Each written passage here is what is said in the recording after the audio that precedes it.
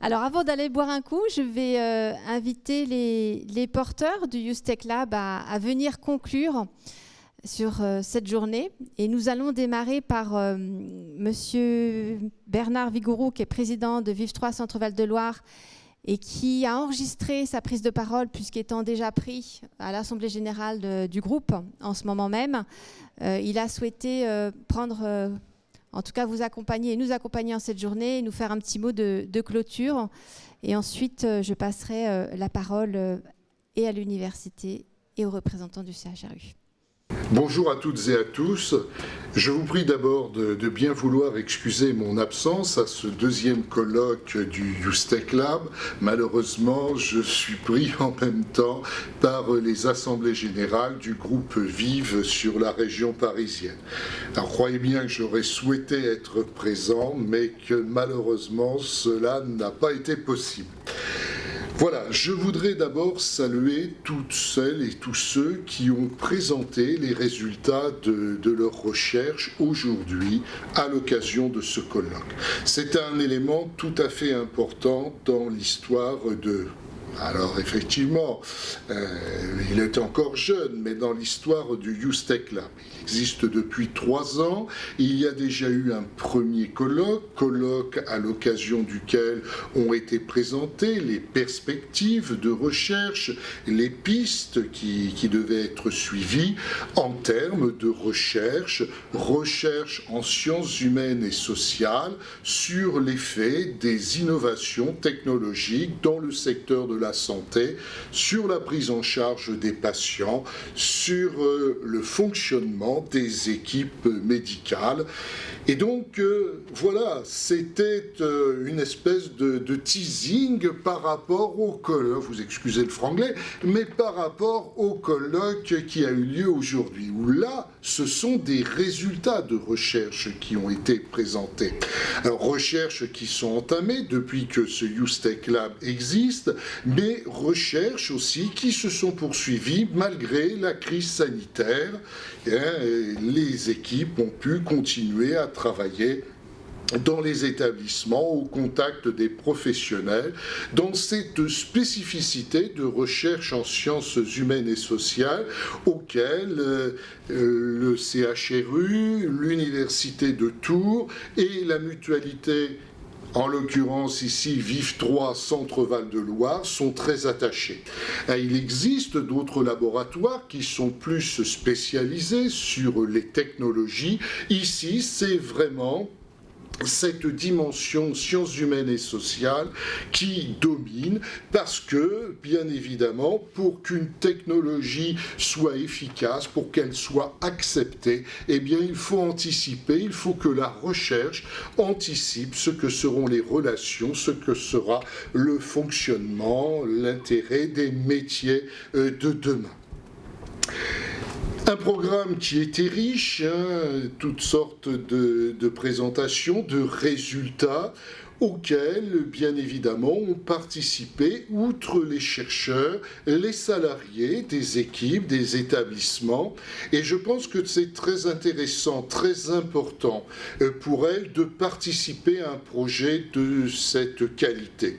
D'abord parce que, bien évidemment, ça amène à réfléchir sur le métier, sur ses pratiques, et c'est toujours une très bonne chose, surtout en cette période quelque peu compliquée, parce que c'est aussi un moyen, je dirais, de donner encore plus de sens à un métier qu'on a choisi, mais un métier que l'on sait actuellement difficile à exercer. Il est difficile, bien évidemment, tout le monde le sait ici, de recruter des soignants, que ce soit notamment pour les personnes âgées ou pour les personnes, s'occuper des personnes handicapées, et faire en sorte d'être associé pour toutes ces équipes, pour tous ces salariés à la recherche. Je pense que ça contribue à les, à les amener à plus, être force de proposition,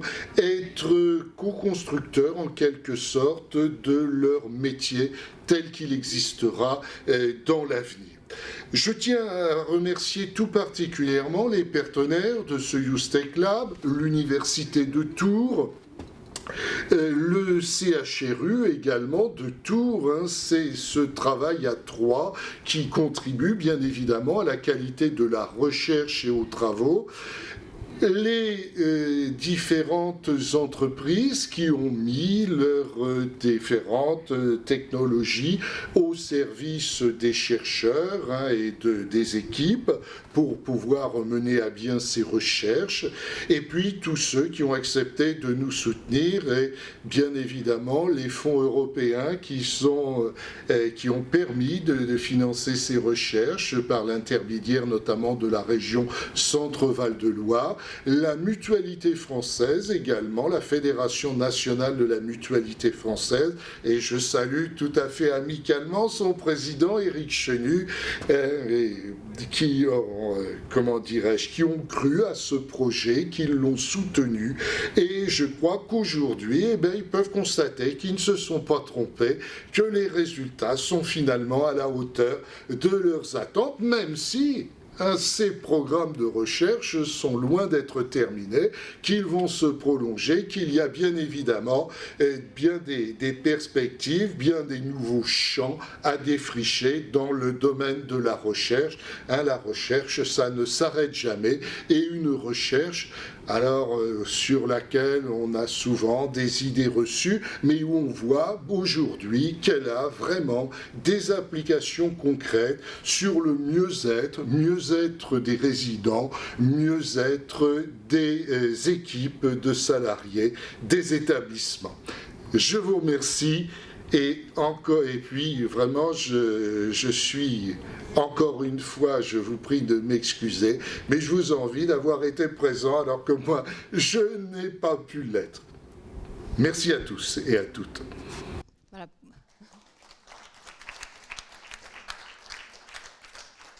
Bon, pour la petite info, Bernard Vigouroux nous avait envoyé quelques SMS aussi au démarrage pour nous encourager pour cette belle journée.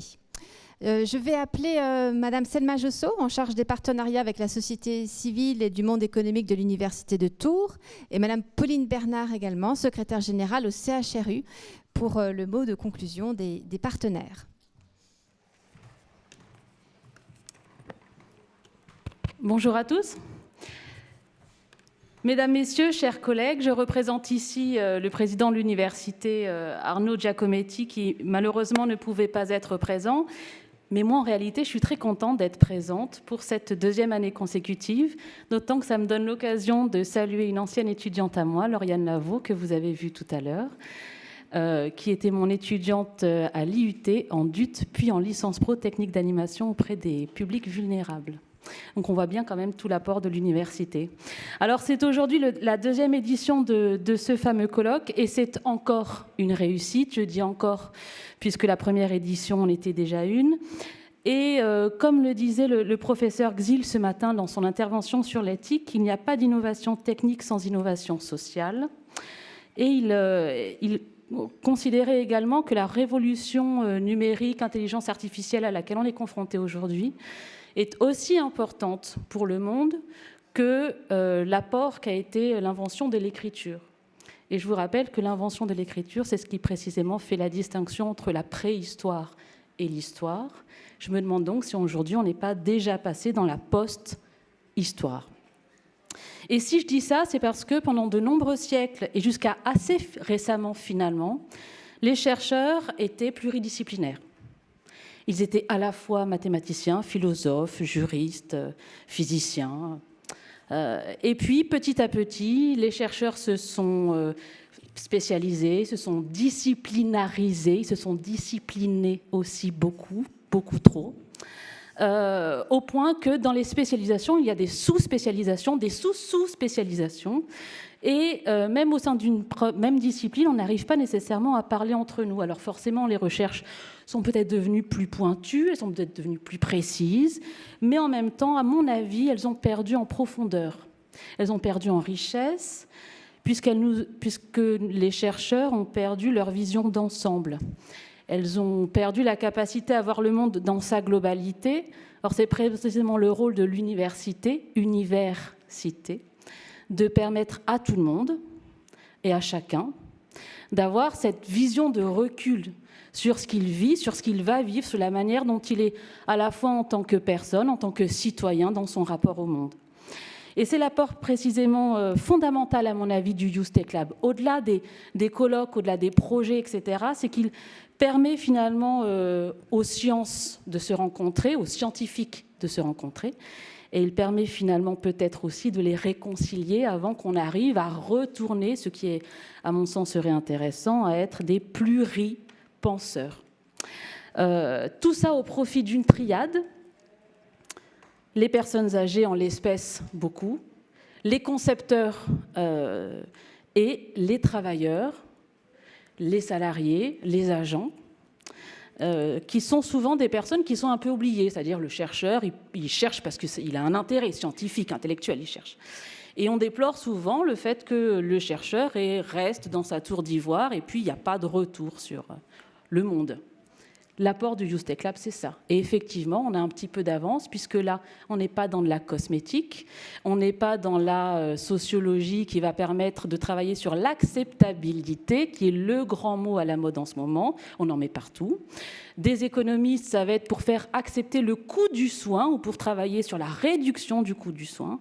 Là, on est vraiment sur les sciences au profit des gens, à notre profit. Quand on sera vieux ou quand on sera aidant, parce que finalement, ce n'est pas une triade, hein, c'est une pluralité d'acteurs qui interviennent à un moment ou à un autre, à des degrés divers, à des rôles différents, mais qui en réalité sont tous au service d'une personne qui, à un moment donné, a besoin d'aide. Donc là, aujourd'hui, on est beaucoup sur les personnes âgées, mais effectivement, il y a tout un tas d'autres projets qui arrivent par ailleurs, notamment, par exemple, au profit des personnes en situation de handicap, qu'on soit sur des handicaps mentaux, des handicaps psychiques, des handicaps physiques. Et donc là aussi, j'en profite, c'est mon rôle, hein, VP Partenariat, remercier l'ensemble des financeurs. On n'en serait pas là sans des financements européens, pour le coup, via des fonds FEDER, la région évidemment, la mutualité française, l'université quand même aussi un petit peu. Et puis, je remercie également l'ensemble des partenaires, surtout les entreprises, qui nous font confiance aussi pour travailler avec eux. Je vois que là aussi, on n'est plus forcément sur un rapport de méfiance entreprise, chercheurs, souvent on est sur des rapports déconnectés. Donc ça permet vraiment de travailler sur ce lien-là qui est fondamental. Vive3, l'ARS, sans qui là aussi il y a beaucoup de projets qui ne pourraient pas se faire, et puis le CHRU, qui a effectivement rejoint Vive3 Centre Val-de-Loire et l'université dans ce projet, avec donc CHRU, avec lequel nous avons d'autres projets qui sont aussi très prometteurs. Merci à tous.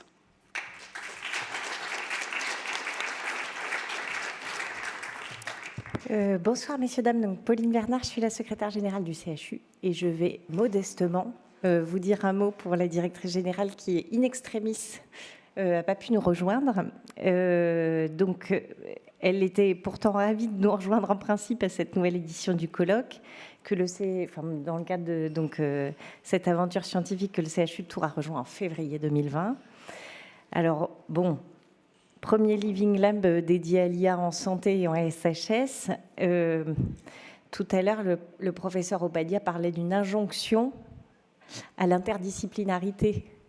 Bon, j'ai pas pu suivre vos débats aujourd'hui, mais c'est même sur la fin des échanges enthousiasmant de voir l'incarnation de cette interdisciplinarité. On le voit aussi dans le ton que vous employez dans vos échanges, hein, dans les différentes tables rondes. Probablement une bienveillance qui permet aussi d'exercer dans un climat serein et qui permet des échanges qui sont peut-être inspirants aussi pour l'évolution des métiers au service du soin. Alors, la pertinence de l'apport de méthodes issues de la sociologie, elle a déjà pu être vérifiée par le CHU lors de montage de programmes de recherche, en associant notamment les sociologues de l'équipe CNRS-CITERES, qui sont piliers donc, du Youth Tech Lab.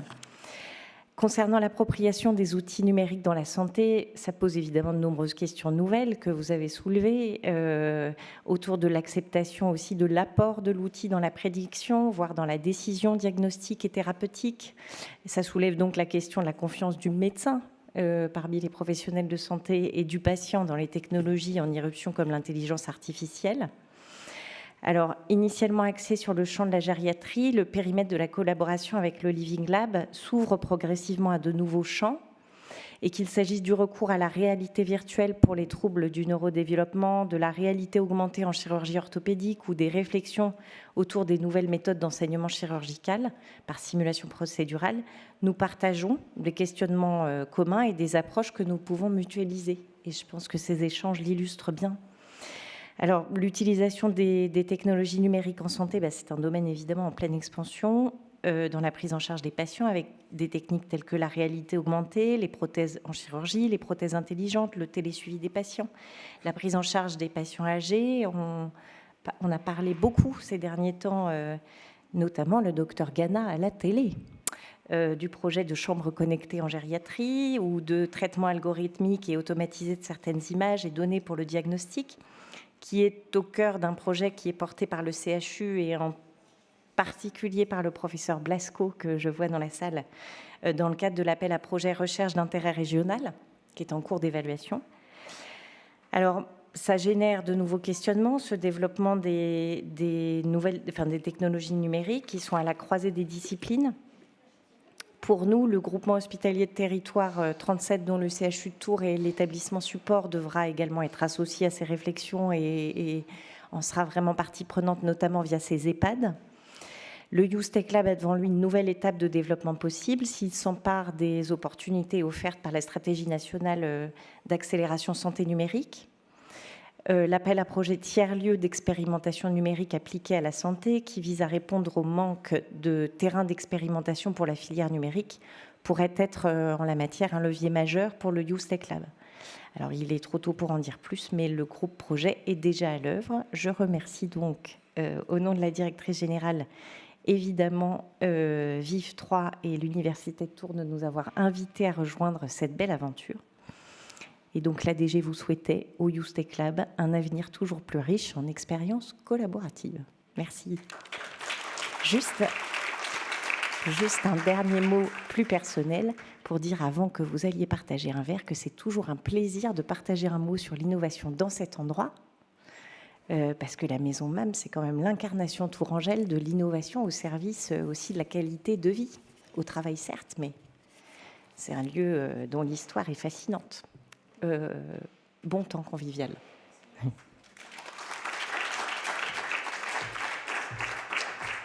Merci. Un petit mot pour remercier les équipes. Merci à Jean-Philippe, le tourneur, Benoît, qui ont œuvré et qui ont été, comme d'habitude, nous proposer une prestation de grande qualité. Merci beaucoup. Merci à l'ensemble des équipes qui ont participé. Je ne citerai pas tout le monde, mais tout le monde se reconnaîtra d'avoir travaillé si dur. Aux professionnels de santé qui sont avec nous, qui se sont investis pendant toutes ces recherches. Et j'espère qu'on continuera encore à travailler ensemble, qu'on étendra les périmètres, comme ça a été dit. Voilà. Merci à tous. Merci beaucoup.